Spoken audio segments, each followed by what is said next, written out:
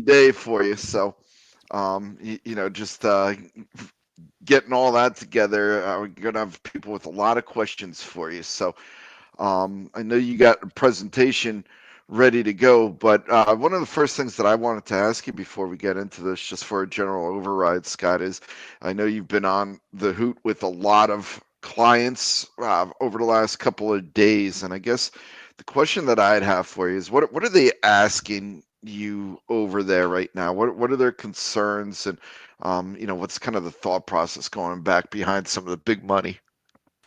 Yeah, that's a great question, Gav. So it is good to be back talking to you again. Um, well, you got to understand one thing. Again, I this is what I deal with. We're dealing with multi-billion-dollar mutual funds, pension plans, institutions. They hold massive amounts of positions, so they're not really kind of day trading in and out of a lot of in and out of these markets a lot. You know, a lot of them are really kind of have these longer term, intermediate to longer term time horizons, anywhere from I'd say a month to almost a full year.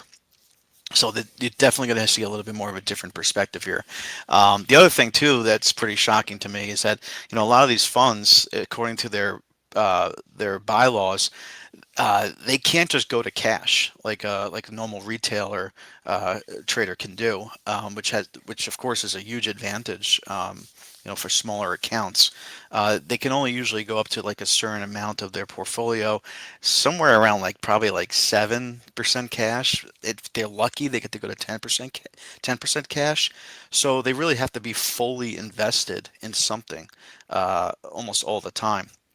So it makes it a little bit more difficult, for them to kind of maneuver things around and to get in and out of positions. So to answer your question, to go back, uh, it's not like it just occurred this week. Obviously, this has been going on for several weeks now since I think we peaked in mid-February, right Yeah. around Valentine's Day. And so when things started to get around that Valentine's Day, everyone's been talking about tariffs. Everyone's been talking about April 2nd, and it's kind of all has just been kind of like this slow death, death by a thousand cuts over the last couple of weeks here, especially throughout March. Hence the title of our March report was Marching Through the Madness. Little play on the basketball that's going on here. But yeah, that basically this has been kind of an ongoing conversation that we've had with clients is where do you go? I think the key thing that the one of the key metrics that we've been telling everyone, and I have unfortunately I haven't been I've been a little bit too busy. I haven't been listening to your show the last few weeks, but we've been telling everyone that a lot of it has to do with the deconcentration risk out of the Mag 7 stocks, out of the Apples and Microsofts, the Googles, the Teslas, the Amazons, et cetera. So, and NVIDIA. And so these institutions, they've basically relied on those seven names for just way too long, coming off the COVID lows, and then even coming off the late 22 lows of that bear market there. And they got to be about 30% of the S&P index and a massive part of a lot of portfolio holdings across the board. And over this first quarter, we've basically seen their absolute returns and their relative returns just not keep up with the benchmarks. And so there's been this massive reduction of holdings in these positions. Now they're still great companies, fundamentally. They're basically some of the best out there, but they're just not great stocks at this time, and they almost got too over-owned, so to speak. So I'm still getting around to your Are you getting a lot of questions from yeah. people that, hey, Nvidia's pulled back to 100? I've been dying to own this. Have you been getting that, or have people been much more or happier just to kind of let it fall back and wait for even lower prices? No one's saying they're dying to own it. Okay. I think they all owned it at some point already, and if anything, they've been reducing their positions over the first quarter. And again, I'm speculating here. I don't have the actual. They don't tell us the exact movements It that they're makes sense. doing. I mean, that's been the Yeah, most yeah. overcrowded trade in the Bank of America Fund Managers survey for the last 12 to 18 months for the most part, right? Right, So, right, and it does well until it doesn't, right? yeah.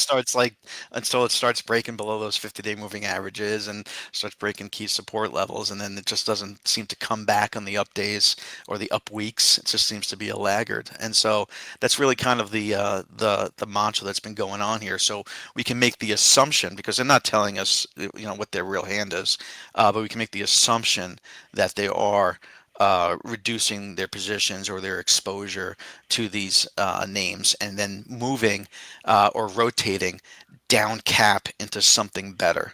Something maybe like a General Electric, which has held up really well, or an IBM that's actually been surprisingly holding up really well, or something along those lines. So Obviously, dividend stocks have been doing pretty well, right? value, So yep, low. they've been moving in there. How about international? Have you been getting a big push to move money in Oh, overseas markets? Because obviously, right. yeah, what was it? The Hang Seng was up 18% while the S&P was down 7% at one point, right? So Right, right. So I can get to all that too in our report, Gav. So let me just start scroll through here, because this takes like almost a week and a half to put 10 days to put together. I might as well sure. share it, right?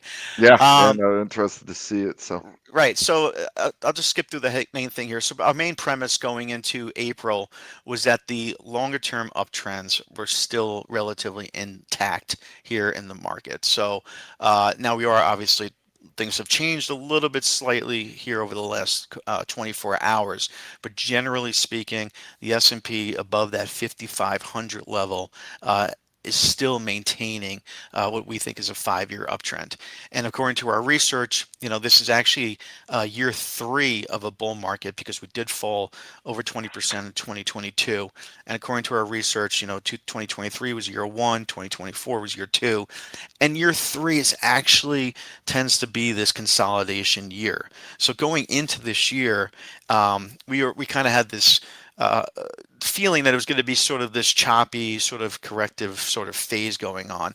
And then when we look at some of the presidential cycles, the first year of a presidential cycle, these inauguration years, the first quarter is actually usually a significant drawdown. So none of this really has been a surprise, from a technical perspective when you do your homework in this stuff. We've been talking about this stuff since December about about the scenario that can kind of play out, and so we kind of just were cautiously optimistic, in January and into February. But then once everything started to pull back a little bit more aggressively here, it's obviously you take the foot off the accelerator and you kind of just take a more of a wait and see mode, or just kind of hedge your positions a little bit. So that's what's been going on. That's our main premise that's been going on there.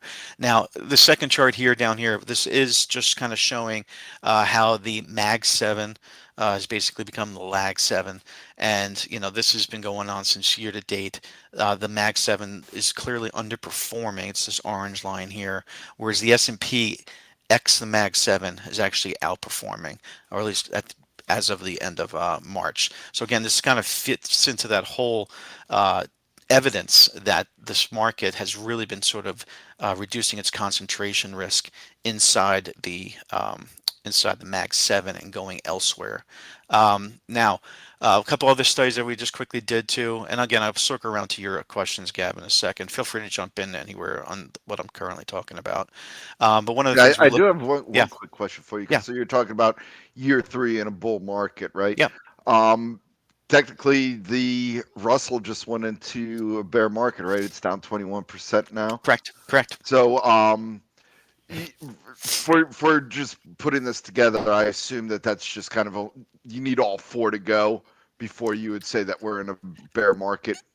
Uh, Yeah, I mean the Russell's kind of if you're like a full blown bear market, like kind of like going down for the full more than 6 months time frame, 2 quarters or so. Yeah, I would say that's definitely something that you would want to see.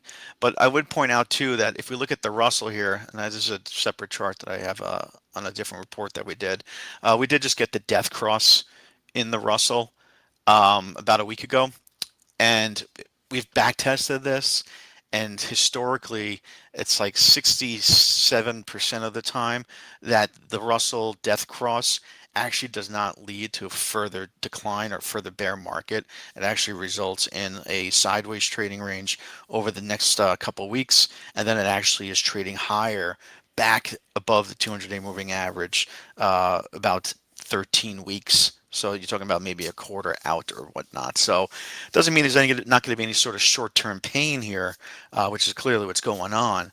But it definitely fits into the category of these moving averages, the 50 and the 200-day moving averages being laggards on an intermediate term basis. And by the time you get this crossover, there's already been a significant drop of, like in this example, almost 20% in the market, and most of the damage has probably already been done.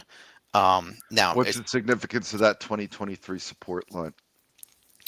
oh, it's broken already. So that was kind of that was kind of the level there. So now, basically, once you break these levels, you're looking at Fibonacci retracements and then other swing lows.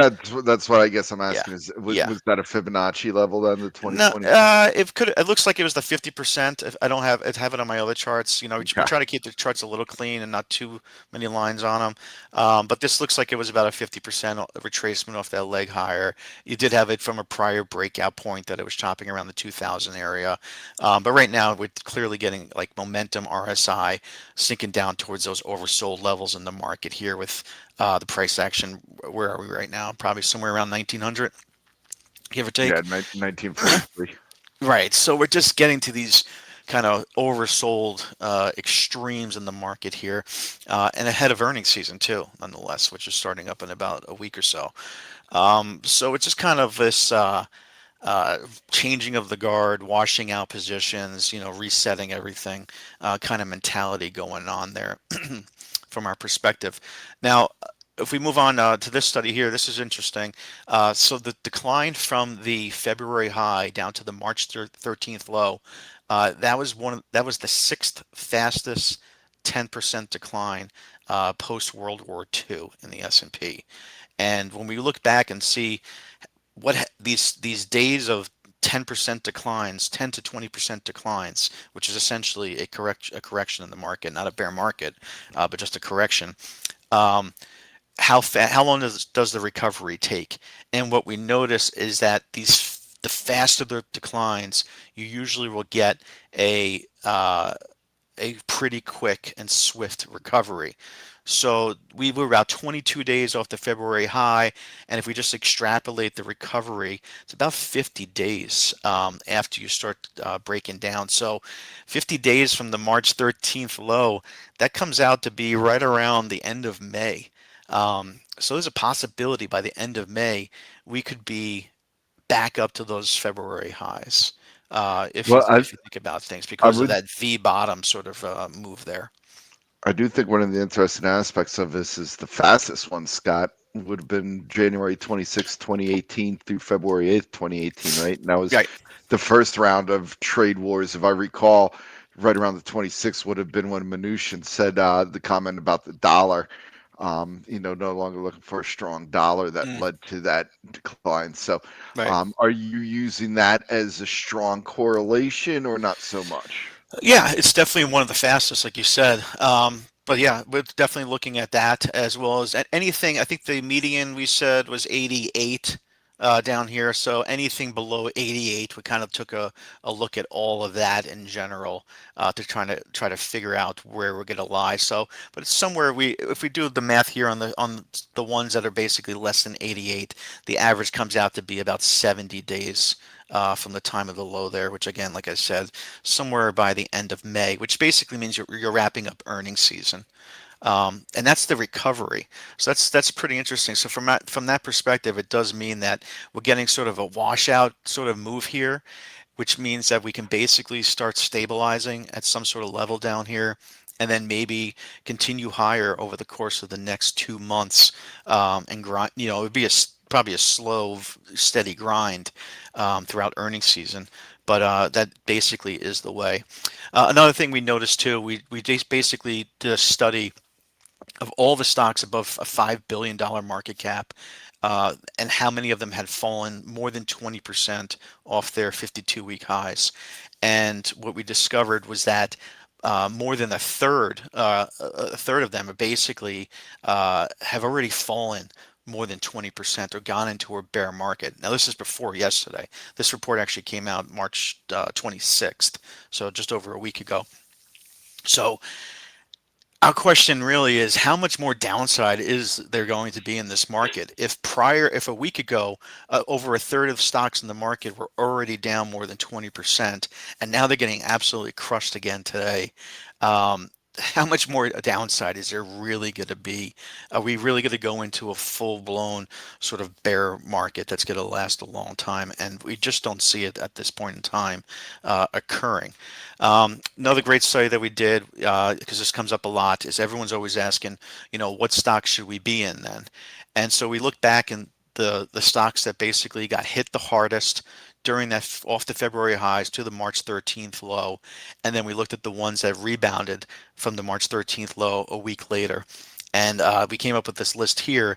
And essentially, this kind of proves that I think it was about 40% of the names that were similar on both lists. And it kind of shows that sometimes that the most beaten down names in that bearish leg down are also the strongest names to quickly snap back. Now, it doesn't mean they're going to be new leaders and going off to new highs, but if you're looking for those short-term trades, you're looking for some of the most hardest hit stocks in a down move because they tend to be the ones that snap back the hardest. Would you Um, be going off mid-February for this, Scott, or Yeah, we're still going off of mid-February. Yeah, yeah? yeah, for this one too, exactly. And then we even broke it down even further to go into what factors have been hit the hardest. So we noticed that volatility and beta and anything with growth was actually extremely hit really hard. And then when they did the recovery, sure enough, beta and high volatility stocks and growth names came roaring back. And then we even went a little further and took it down to the sectors that we track here. We had technology and cyclicals and services and transportation just getting absolutely smoked for that month there. And then they really kind of snapped back just during that 1 week. Technology, services, cyclicals flying back here. One that stood out to me was actually financials, which didn't get hit too hard during March. They actually held up really well, specifically the insurance names and a handful of the exchange and broker names like the ICE and the CME and the CBOs, which also seem to be holding up really well. TW is actually working great too. It's that bond software company. Um, but the financials on a weighted basis, meaning large cap basis, actually snap back pretty strong as well off the March lows. So it's a little bit of relative strength that's kind of peaking out there against your large cap financials that's still holding up pretty well. And then we went, we basically take everything, Gavin, and we just like tear it to pieces and just break it down to these minute details. So we even took it down further to all of the industry groups that we track and tried to see, how much correlation there is and which ones came flying back on these moves higher. So, second thing that everyone keeps asking is like, all right, this is completely. People think that this term is going to be different than Trump's first term.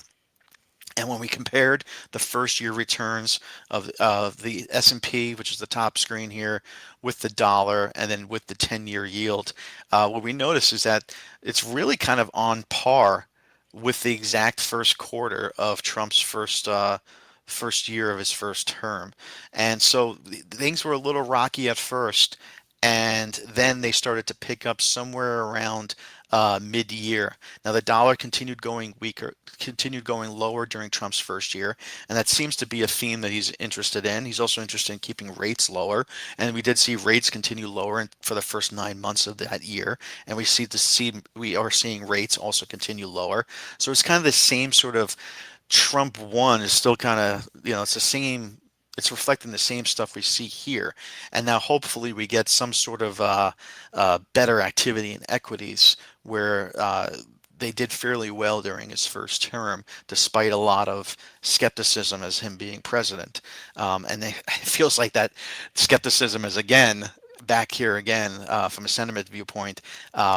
that people are questioning, his abilities again. But hopefully, things will start to turn around here again sometime soon. Did you want to jump in, Gav, or no? No, no, no. Just listening to you. I mean, Okay. obviously, this is a little bit of a bigger reset right now, which I think Yeah, is it's one much of the bigger.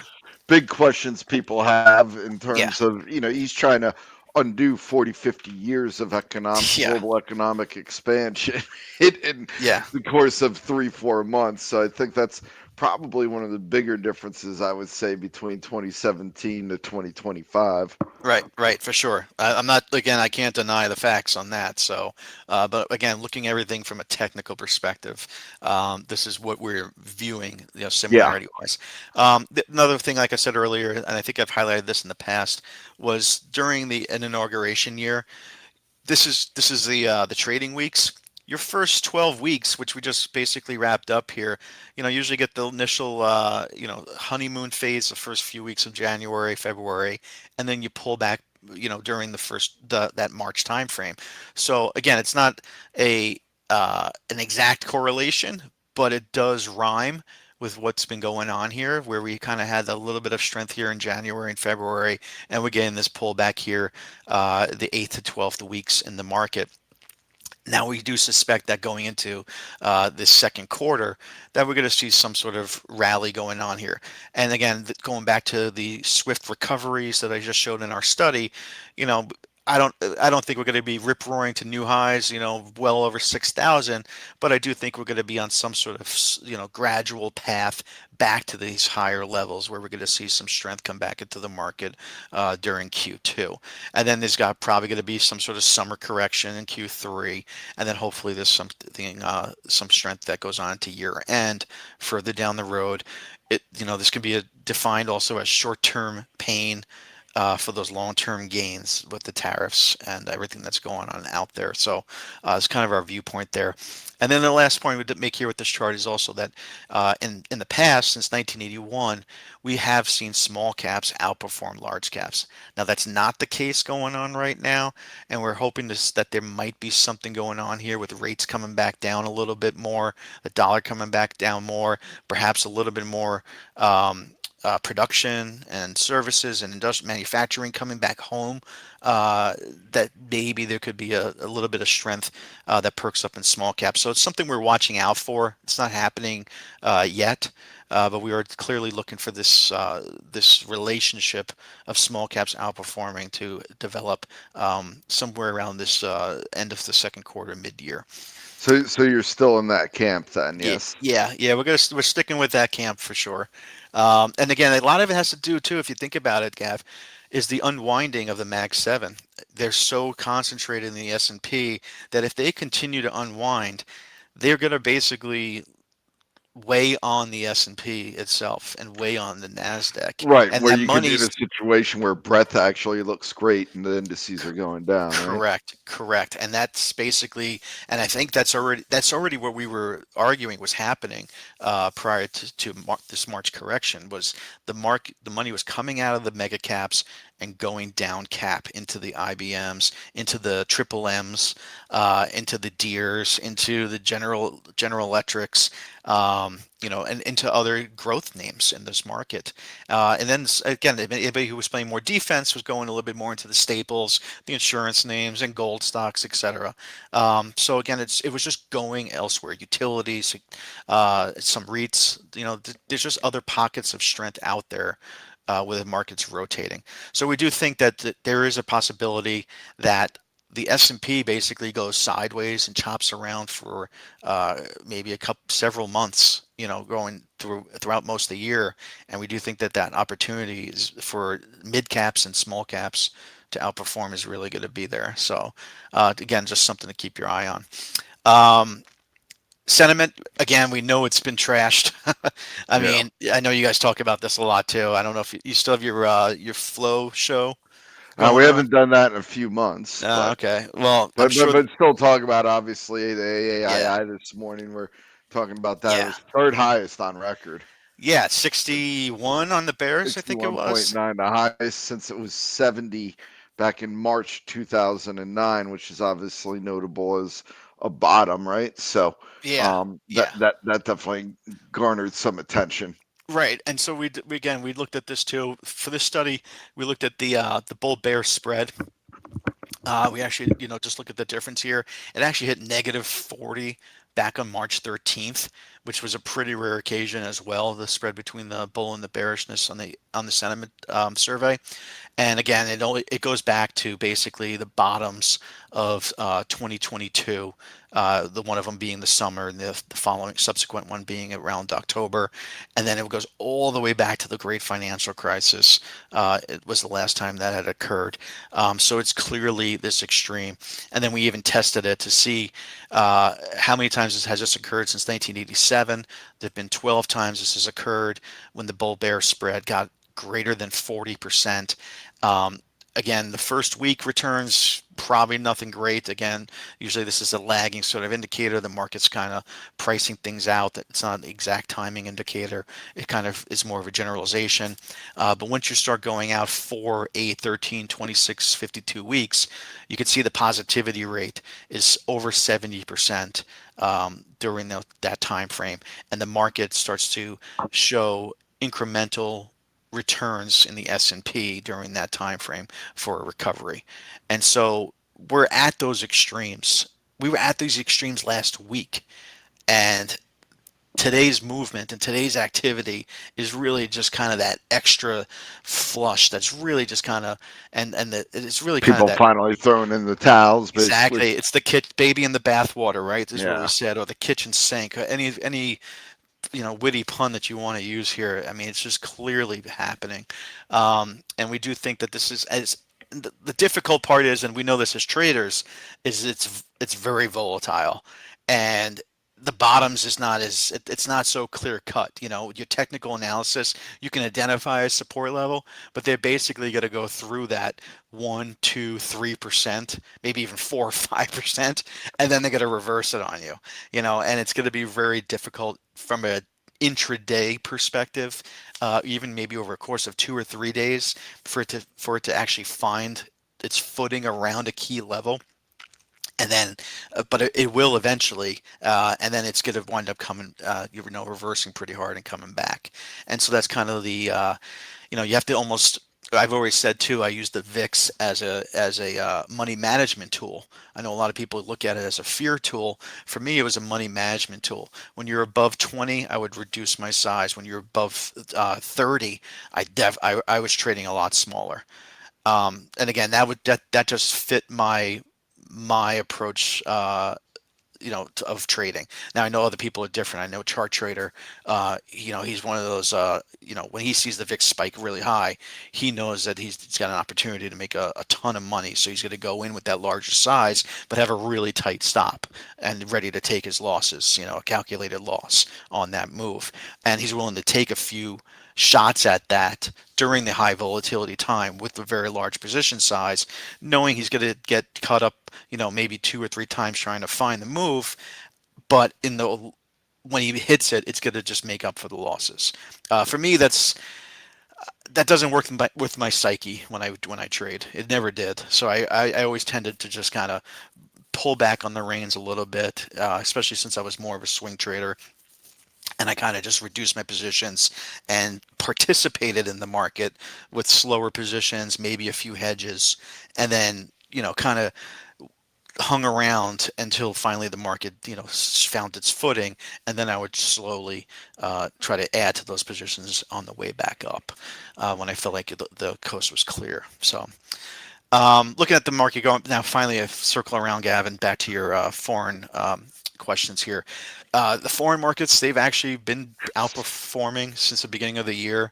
We had mentioned this in multiple reports every week for the last several weeks here, especially the financials. The DAX was hitting new highs, the Euro stocks was hitting new highs, and they all were just kind of really these nice strong uptrends going on in the market. And they kind of got a little bit too far ahead of itself. Let me rephrase that. We're looking at this chart here. This is basically the S&P versus the international markets ex the U.S. And so going into 2025, at the end of the fourth quarter, the S&P was outperforming significantly, kind of stretched away from its 45-degree angle that it had been in play for almost over a decade. And so it's kind of natural that it was going to kind of come back in a little bit and start to underperform the rotation that's going abroad across seas. So the big question we get from clients is it too late to get into these names? And from our perspective, if we look back at this, the differential here, um, there have only been times like when you get multiple years of the foreign markets actually outperforming, there tends to be some sort of significant uh, economic sort of event that's going on, or some sort of bear market, secular bear market that's happening for multiple years. And this was between 1985 and 1989, if I zoom in there for you. Um, and then it was also when the tech bubble was coming off between '02 and '07. So, and again, you remember technology was lagging for multiple years. Everyone was into housing stocks and commodity stocks during that time. We don't really see that happening yet. It's still a little bit too early to tell if this is going to be something where the foreign markets are going to be outperforming for multiple years. Let me ask you, Scott, Yeah. are your clients kind of concerned about moving into the foreign markets with tariffs, unsure of what impact it's going to be, like it's going to slow down China? We saw Fitch come out, of course, downgrade China today, which was notable. So I'm just kind of curious Yeah. of what your clients are thinking. I wouldn't say they're nervous. It's more about diversification, Gavin. Yeah. It's like buying gold. It's like kind of like, okay, the U.S. has been getting hit with tariffs. All these other countries are getting hit with tariffs. It's more about, reducing your risk by diversifying. So whether you're changing your portfolio allocations into more of an abroad aspect. We're fine with that. Obviously the trends are up, so the pullbacks we do expect them to come back, and when they test their 50-day moving averages or their uptrends or key support levels, there's probably going to be an opportunity to add to positions on those pullbacks. We don't think they're going to just kind of spiral down off these highs into a correction, given the moves that they've made. And so we do think there's opportunity here to basically diversify. We would still stay fully, more. We would still have a heavier allocation in the U.S. And one of the studies that we did here too, right below here, we did go back and look when the S&P lagged the MSCI World ex-US index by 2 to 5% during the first 2 months of the year, which happened in January, February. Um, how did the S&P perform for the rest of the year? And so what we saw here in the top chart was during March and December, you had returns, average and median returns between 2.5 to 4.5%, about 67% of the time. Whereas down below, the MSCI World Index actually had about 1.5 to 3.75, 58% of the time. So what basically this says is that the S&P caught up to the foreign markets gains over the course of the following 10 months. Now, in the long haul, the foreign markets did actually still outperform for the year, given they had the advantage of that extra 2 to 5% in the first 2 months. But essentially, the U.S. markets did come back. So again, we're kind of just telling people that if you feel like going abroad into markets, make sure you go after quality names, quality companies, good earnings, good fundamentals, etc. But also make sure that it's use it as a diversification tool, because we do think that the S&P is going to kind of make this comeback, so to speak. How's the debate between gold and Bitcoin going with the clients in terms of a storage of wealth and defensive plays? So not everyone's involved in it. Again, we're talking about big institutions. More of the hedge funds and private wealth managers and stuff like that they're involved in it. But I would say most of the clients we deal with, um, they are they're not really involved in it, but they look at it. They all monitor it. They're more likely to go into gold, obviously, since it's more regulated and fits within their portfolio prospectus. Or gold stocks, Um, but yeah, Bitcoin. I mean, it's a speculative asset. I think when people look at it, they look at it as basically a indicator of risk on and risk off. Um, as opposed to more of a gold 2.0 sort of safety trade. I think back in the day when it first came out, it was kind of coming out of the financial crisis, and whenever there's been this concern about the U.S. dollar or whatever, or fiat currency, then yeah, then the theme of getting a digital currency seems to take over. But lately, that hasn't been the case. And it's been more of just kind of this speculative asset class where or alternative asset class where basically people have been looking at it as a indication of risk on and risk off. So gold clearly is taken on its historical role of an inflation, a hedge against inflation, a flight to safety, a move against a falling dollar. All those key elements are there for gold right now, which I don't think crypto really doesn't sort of play into that theme at this point. Right. So it's really the big institutions that are not involved in it are just looking at cryptocurrency as a speculatory, indicator, if that makes sense. Yeah, no, makes sense. Right.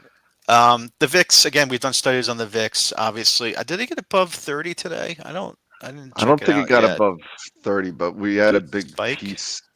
We had a big piece yesterday on VIX backwardation, actually on Tuesday, I should say, Okay. where we're just talking a lot about how that factors into near-term volatility and that backwardation process. Now, I don't think it got over 50. I think it got to 29, Yeah. 30. 26 Yeah, here yeah, today, yeah. or 30. Yeah, Yeah, yeah. So we did some studies on this too. And again, there's been 91 occurrences since 1990 when the VIX got over 30. Um, and again, we all know that this just means increased volatility. There's something going on with the market. It's typically a contrarian indicator. Now it can last. This is the key, the takeaway. And again, I've always used it as a risk as a money management tool, and I became a little bit of a looser of a technician when volatility rises, when the VIX is this high. You kind of have to let those key support levels, those moving averages, whatever levels you're looking at, you kind of have to let them get taken out and then assess the situation of whether the market's going to reverse after doing so. The volatility is just way too high to be to put technical analysis inside of a tight box, in my opinion.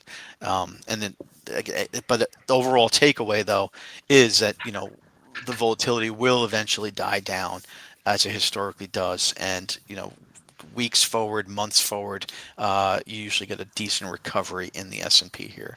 So again, this was all the levels that we're talking about here were basically back about a week and a half ago, 2 weeks ago. The VIX had gone up to 29 again. Um, we're back up to 29 again. I'm splitting hairs here with a 30 level, but we're basically at these levels where you get these sort of washed out sort of analysis and feels. And this is kind of cool, Gav. This icon here, my boss has been having you a created it with AI. totally. He's having a Yep. field day with ChatGPT and paying for the upper echelon premium, whatever the subscription there, and he's just loving coming up with all these different icons and stuff so Yeah, forth. you So can it's come pretty up with some impressive. real cool images for sure. Yeah, I am definitely impressed by it. We just did a bunch more studies, but just to go talk about more about the washed out levels, we have a proprietary indicator called the 40-week technique. Essentially, what this does is that it measures all of um, our own industry groups, and we call them micro groups instead of industry groups. And basically, there's 416 of them that we Is keep that track based off of of. G6 basically? How do you break No, those? no, so it's based upon our own database. It's every stock above a 25 million market cap and above $2. Okay. It comes out to be about 4,000 stocks. And I could the PDF on it it's like looking at the Matrix. Yeah. It's absolutely insane. It's like this old school like COBOL programming from 19. I think they started in 19. I should know the date. 1977 or 1974, basically, and they've been maintaining this database for over 50 years now, and um, and it's just a behemoth of a PDF that's run every single night. I think it takes like almost about 45 minutes for it to just go through the entire database and then crank out these PDFs and then give us all the technical rankings, all the measures that we use, the trends, etc. And basically, we do some studies on this so we can extrapolate some of the data. And what we notice is that uh, our 40-week indicator. So basically, it takes all these 416 industry groups, and we just measure it against their 40-week moving averages. And what we've noticed is that when you get to these sub 20 levels, you're basically at really depressed levels in the market that typically the forward returns in the S&P 500 are pretty significant, going about 4 to 13 weeks out from those levels. So again, it's not an exact timing tool because you are using a 40-week indicator, which is essentially the 200-day moving average. Yeah, it Um, seemed to me when I was looking at it, there's basically 9 week bottoming process. yeah, so I wouldn't say 9 week. Again, it's varies based upon the speed of the The fall. correction, Yeah, yeah. the correction. Again, this is one of the faster ones, so we do expect some sort of a little bit of a faster recovery to come about. Um, I want to get to the actual chart to show you. Give me 1 second here. But yeah, so because of the speed of this occurrence and the levels that we're dropping down to, we do think that it is going to be a little bit of faster recovery. Here's the chart. So this is actually our microgroup of this 40-week technique indicator, and this is going back to 1987. And again, this was a week ago. We were sitting at a level of about 30, and it had probed 30, got down to about 28 or so. As of yesterday, it had dropped down to 26, and then we're not going to know. The report will have to run tonight, and I won't know till like 10 o'clock tonight to see what today's number is. And I can guarantee you that, given the extent of today's activity in the market, that this number is going to be somewhere at 20 or potentially lower, given all the drops that have been across the board here. Yeah, what was I saw 12% of the S&P's down at least 10% on the day, which is Right, right. pretty So amazing. we're not at the point we're trying to make here to our clients again, though. And then some clients sit there, they're like, well, we're not really at these oversold levels. Well, those were actually bear markets. When you got below 10% into the single digit levels, you were already down multiple months in a row. Like the trend was down. Those are capitulatory bottoms in bear markets to be falling into single digits. COVID was probably an exception. That was a pretty drastic drop in that case there. In 18, we were falling for, I think, off the August highs, and then we were going down throughout September and October. Was a pretty rough move there. I don't recall 15, what that decline was, but that was pretty rough, probably coming back after a bit of a China rally there. devaluation, if I recall. Okay. That was in August, right? Yeah, that's why I rely on you, Gav. Yeah. Uh, and then the great financial crisis, '08, '09. I mean, but again, the market was already declining throughout all of '08 before you actually got to those washed out levels. And again, '02. I mean, again, the market was down for 2 years, trending lower until you got to that washed out level. And then 1987 crash too, going back to there. So point being is that are these tariffs really at this sort of massive event that's basically going to, you know, we just don't see them as being this as at this point in time being this sort of aggressive sort of thing that's going to lead into some sort of multi-year-long bear market at this phase. We don't think that, especially with Trump, being the way that he is, monitoring the stock market and almost judging his Well, performance that's on the it. thing, though. Everybody's moved away from him from the belief that he's using that as his judging for performance. That's the problem, right? Right, You right. don't have that Trump put out there. Right, right. Yeah, it's kind of nutty. But the point being, Gav, is like we're down to pretty depressed levels here after today. Yeah. We're down to this $20 level. Um, it's not a bear market though. We're only down 20, like 15, 20% in what, 30 days? Yeah. I mean, it's pretty sharp. It's pretty aggressive. And so it's very difficult for us to sit there and think that this is just gonna go further down beyond another 2 to 4%, uh, and then just lead to this, multi-month downtrend. Not the way sentiment looks right now. Not the way everyone's talking about everything out there. Not the way our breadth indicators are completely um, depressed at these levels. We think there is going to be some sort of we're telling clients that this is an opportunity to kind of step in. Well, And this is seasonality chart you had before. I saw one for sure, April yeah, seasonality. yeah. April season now is I'm actually because I'm just curious decent. because one of the things that I'm under the impression of is that a, April 15th you have to have in your IRA contribution, right? So I know that there's a Yeah, lot that goes in there. So I yeah, was just curious to see what seasonality you were seeing there. yeah. Give me a You second. just passed it. I think you Oh, just that passed was okay. Yeah, that was the industry one. So I know I have here's the monthly one. Um, yeah, so April seasonality. This is the S&P basically. So on average, you get about a 1.25% return. The maximum that we've seen has been 410. The minimum has been down 4%. So it's up 4% is usually a best case scenario. Worst case has been 4%. That averages out to be about 1.2% in April, which is typically a positive month. So it. Then a yeah, little bit of sell in May going on in there. yeah, that's pretty common. To see May a little bit underperformance there. It's not as negative as everyone thinks it is. Now there has been extremes that have happened in May historically, but on average, it's more of a tends to be more of a flat month because we've had positive Mays to kind of balance things out a little bit there.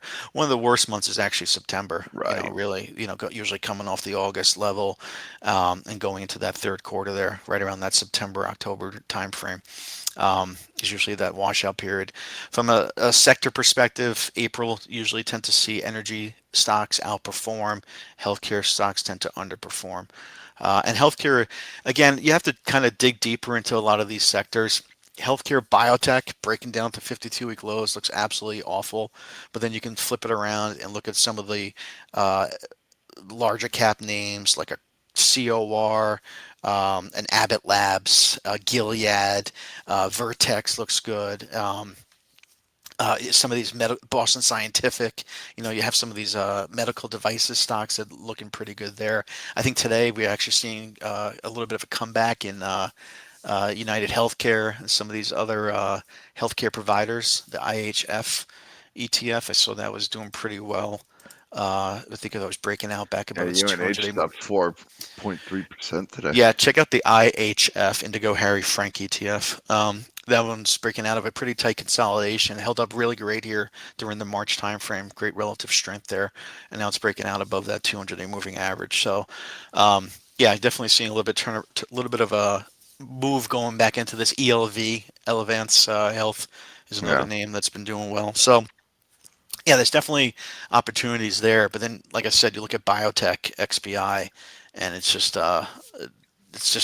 oversold. You can play the oversold bounce for a quick trade, but I wouldn't be going all Parking in. money in there. Yeah. Yeah, it just trade it. Don't marry it. Don't fall in love with it. So that's basically it, Gavin. Again, I mean, I could keep going on and on about all these different indicators. Like I said, we basically take things and we just look at it from multiple different angles, from sector perspectives, from microgroups, from breadth perspectives, sentiment, and we basically just tear it apart and really kind of just prove the point that the evidence points to these extremely washed out levels in the market. And if anybody's been trading for more than a year or two, you know that this is not what we're seeing today is not something that's the norm.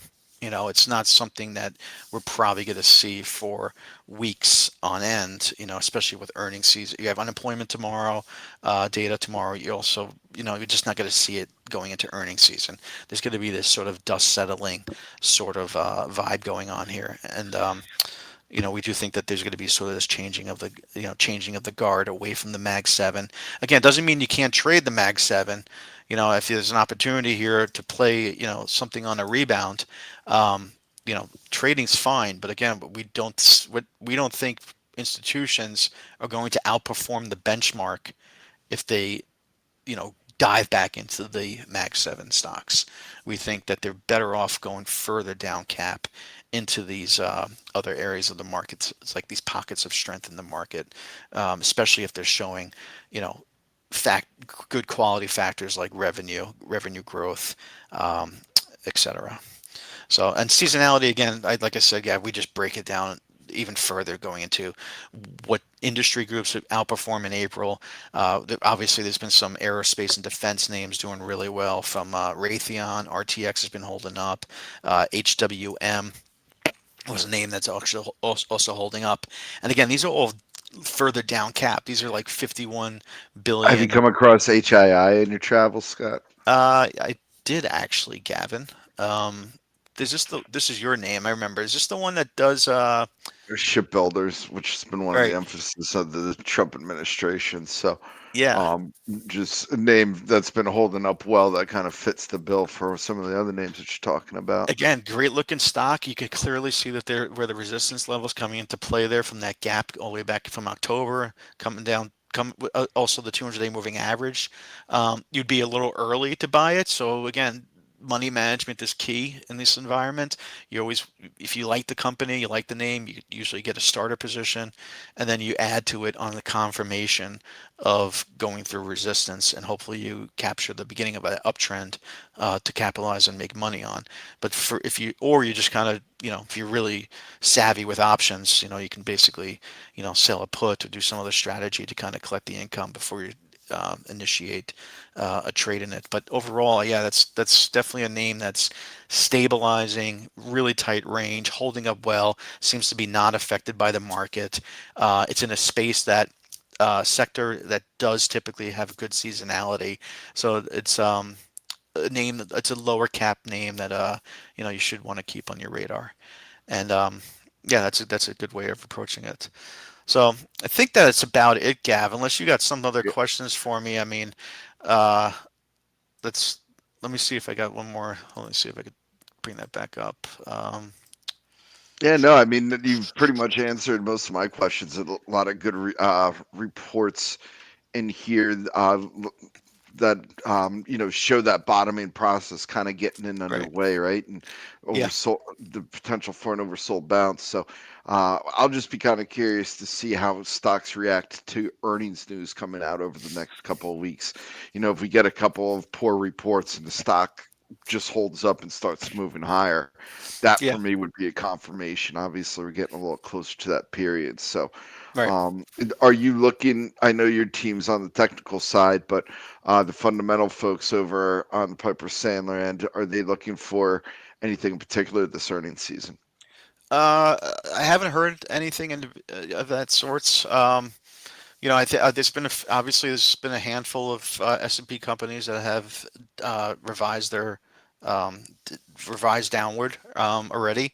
Um, and I'm pretty sure you're in the camp that says that we're going to even hear lower guidance, from multiple companies. Many I of them are think so. probably There's going no reason why the companies need to go out and stick their no, neck out, right? and they're going to be citing tariffs. That's Yeah, almost a gimme that the word yeah. tariff is going to show up on every single conference call out there. Um, but I think, Gav, we got to kind of take a step back too. And I used to talk about this all the time, and the VIX kind of reflects this too. Is the market hates uncertainty, and I don't know about you, but the word uncertainty has shown up almost 1,000 times in the last Yeah. month. Like it's crazy how many times I think I've heard the word uncertainty from phone calls to watching CNBC to Bloomberg to everything. The way it's written. Hell, I think I've even mentioned it, multiple times. But that word is just insane. And again, we know when the market is surrounded by uncertainty, things don't usually go up. And now that the tariffs are out, and some say it's the worst case scenario that happened, and they're much higher than expected, which is why we're getting this sort of reaction here today. But the reality is, the uncertainty has been mitigated. I wouldn't say it's gone completely because obviously there's reciprocal negotiations that are still going to go on here, and Trump is a wild card. Who knows what his next headline is going to be, next tweet's going to say. Right. So there's always an element of uncertainty in the market. I mean, if you be fair, we never have 100% confidence in anything. It's always about risk management. Well, So that is kind you of the know, funny thing when right. it's like, when was there certainty, Ex- right? Exactly. Exactly. It's never been a sure thing in this market, and actually, whenever I felt like I did have a sure thing in the market, You that's felt usually you were when I'm dead screwed. wrong. You know, that's usually when I'm losing the most amount of money and Right. I'm too greedy and blah, blah, blah. And so it's just kind of this time we feel we're clearly Craig and I. Craig is obviously my the senior technical analyst at Piper. You've probably seen him multiple times on TV. Yeah, Um, anybody who's out there, Craig Johnson is yeah, who Scott works for, and you'll see him frequently on CNBC and stuff. So yeah, he's been doing always, this. always good to know that whatever Craig's saying, that you got to figure Scott had a hand in it somehow. So Yeah, pretty much. We discuss a lot. We're on the same page. I'd say 96% of the time, um, of what of how the market's behaving and where people should be. We basically finish each other's sentences a lot. He's just better looking than I am, so he gets to be on TV. So how's that possible? yeah, but anyway, we're on the same page here. So basically, again, we are taking a little bit more of a contrarian viewpoint from our colleagues, because again, they are more focused on uh, policies out of DC, economic information, fundamental information. So uh, our colleagues are definitely taking more of a cautious approach going forward in this market. Um, and whereas we are just strictly, focusing on the price action and our indicators and the breadth of what the market's telling us. And again, we're not denying the fact that a lot of charts have been beaten up here, and there are broken levels to be had. But just to summarize everything, it's the speed of which this occurred. It's the extremes in sentiment that we're seeing and the breadth that's being absolutely decimated that is associated with historical bear market lows. It just doesn't add up at this point in time for us to continue on this trajectory lower that we're on right now. Now, Grant, again, I'm not talking about tariffs. I know it's different and it's just never unprecedented, but from a technical perspective, we have to look at our tools that we use. Like I said, over the last 50 plus years, we've been using these tools to identify cyclical lows. And for those big institutions that have to stay invested, their money has to rotate somewhere. And so we're really kind of just staying the course and trying to look for those opportunities in various pockets of strength throughout the market here. Um, and that's really kind of just that kind of just wraps up the whole point that I'm trying to make here, Gav. Yeah, no, no, all makes a lot of sense. So certainly the $1 million question, right, is have we hit that washed out seller exhaustion period, and something that was going to define the market over the next couple of weeks. I guess the final question that I just have for you, Scott, is what are you looking at in terms of what will make you feel a little bit more comfortable? Are there certain levels that we need to move across, or is it just simply say a poor jobs number comes out tomorrow and you see us move higher on it? What are the things that you're looking for on your team? Right. So if we look at this chart of the S&P I just pulled up, I mean, the title of today's note was short-term pain. Short-term pain is definitely what you're feeling. Gavin, I'm sure you're feeling a little bit of pain as well. Anybody that bought for the last 3 days, Monday, Tuesday, Wednesday, on a little bit of a relief rally and held, or didn't take any profits off, is feeling some pain here, some short-term pain. So um, for us, we kind of had this potential double bottom playing out here. The problem was volume was drying up ahead of the tariffs here the last 3 days. So you kind of have this oversold rally from the prior week coming off a double bottom in the S&P around that 5,500 level. And then we basically just said, we really kind of need to get back above the 200-day moving average, back above a uptrend line to really kind of get a little bit more confidence that there's going to be more than a relief rally going on in this market here. But instead, what we had was obviously we're taking out that 5,500 level, and we're looking at that August low around 5402, which I believe we got down to what, 5414 so far today. What was the low? Yeah. 54.15. Right. Yeah. So we're at these levels here. Again, we're watching 5,400 now, and then if we start taking out 5,400, say tomorrow on or into the close or tomorrow on the employment number, um, there's a possibility there could be another, 1 to 2% downside to 5,200. I think is the 52, 51. What was it, 5120, somewhere around that level there, would be the next downside target around that August low. And again, it would be nasty at that point, and every one of our indicators that we track and sentiment would just be completely decimated. It would Screaming. it would just be Yeah. like we've already, this feels like baby in the bathwater to me, and to go even down even further is would just be ludicrous, and you just have to basically, hold your nose and dive in. You know, I wouldn't say not you're Yeah. not no, don't sell the house and everything, but you still got to maintain some sort of risk management. But it definitely, the short, even if I was short this market, put it that way, even if I was short this market or hedged, and the market tanked another 2% down to that August low over the next several days, how do you not cover? How do you not lock in some of those gains from a short perspective, right? You Yeah, know, no, I would say that. I guess the one argument that they still have on their side is, just going off 5468 here at the current consensus S&P 500 earnings for this year is 270, so that brings us at 20.2 times. So valuations are still pretty rich, and yeah, let's just say it does get um, uh, downgraded, and a lot of people come out warning, and we see it at about 260. We'll just say, for argument's sake, that gives us a valuation of about 21 times forward earnings. So right, that's probably the one area where I would see would be the weakest in terms of can we get a bounce or not. right. We're just, again, Gav, we're just Do you have an shot. S&P target? We do Yeah. 6,600. We It's still have. still 6,600. You haven't We adjusted didn't it at we, all. we didn't adjust it because we're seeing those extremes in the breadth and sentiment, Okay. and we just can't. Gav, markets don't usually top. They top on euphoria.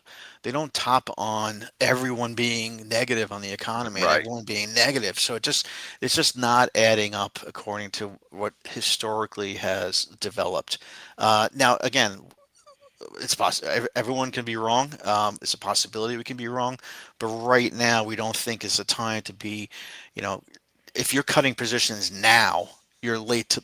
Where have you been for the last month or two? You're late. So we do think that there is going to be some sort of meaningful recovery effort. Maybe it only gets back to 5,800, the 50-day moving average. Maybe it gets back to 6,000. We'll have to reassess the internals on the rebound at that point in time to see if we have to lower our target or not. But right now, things are so washed out from a historical perspective. They've always tend to supersede. They've always tend. This is the precursor to a significant rally. Um, and again, I'm just looking at this from a strict technical perspective. I'm removing all the economic and fundamental side of everything. Technically, this market should be uh, on the verge of finding its footing down here at these levels, somewhere around this 54, 5,200 area, and then making some sort of comeback towards 6,000 plus in the coming months. All right. So So that's what we'll be looking for. All yeah. right, Scott. I don't want to take up too much more of your time here. I really appreciate um, everything that you've brought to us. Is there anything else that you want to say before we close up the segment? No, thanks for having me again, Gav. I know I tend to ramble possibly, but No, no, again, no. I I think just everybody appreciates I what you have want to to say. The explain slides were everything. I great. know there's Yeah. always newbies to the market and people who don't know this stuff. And I'm always surprised too. A lot of portfolio managers, they have MBAs and they have CFAs, and they don't know how to read a chart. They don't, Yeah. I've sadly spent probably 30 years now of my life looking at charts, on a daily basis. I can't even imagine how many millions I've looked at. And it's just, it comes with time and experience of what the market's telling you, the story that's unraveling, the narrative that's unfolding, just from the charting perspective and looking at things. And so I always feel like I have to, a lot of times I'm on the phone calls with clients, I have to, explain the basics of technical analysis, because they kind of glance over that stuff when you're doing your MBA and your CFA and stuff like that. It's more about, you know, uh, CAP-M and portfolio management theory, etc. So, you know, my kids would say I was mansplaining, but I apologize for that. Scott's planning. Yeah, yeah. To my daughters would say that. So, Well, Scott, just judging from the feedback in the room, a lot of people appreciate you mansplaining the market form right here. So, all right. with that, we will let you get going. We'll hopefully talk to you in a couple weeks, and kind of continue the discussion as we get deeper into earnings and see how much of your theories are playing out as we get deeper into May. Yeah, yeah, and just one more shout out. I love one of the two features that I've always loved on briefing that I created was liquid momentum. Those are your best relative strength stocks in the market that are probably still holding up, probably hopefully above their 50-day moving averages in the most case. So I would definitely be looking at them for relative strength to trade. Again, be careful. Again, we did the studies. The stocks that are beaten up tend to bounce back the most initially on a recovery. But these are names that where you will, if there is going to be a new leg higher, the leadership should come from somewhere within this list. And possibly even the emerging growth list as well, the stocks that are trading at like new multi-month highs. And then the TA page. I know, Gavin, I think you're still in control of that one, right? Yeah. Yeah, so the TA page, I would definitely keep track of that if you're looking for a little bit more short-term trading opportunities. So, but yeah, thanks, Gav. I appreciate you calling me up and reconnecting and talking about Yeah. the markets. No, always a pleasure. You're always welcome here, Scott, as you Cool. know. So, All right. Thank you. all right, we'll talk to you soon. So I have recorded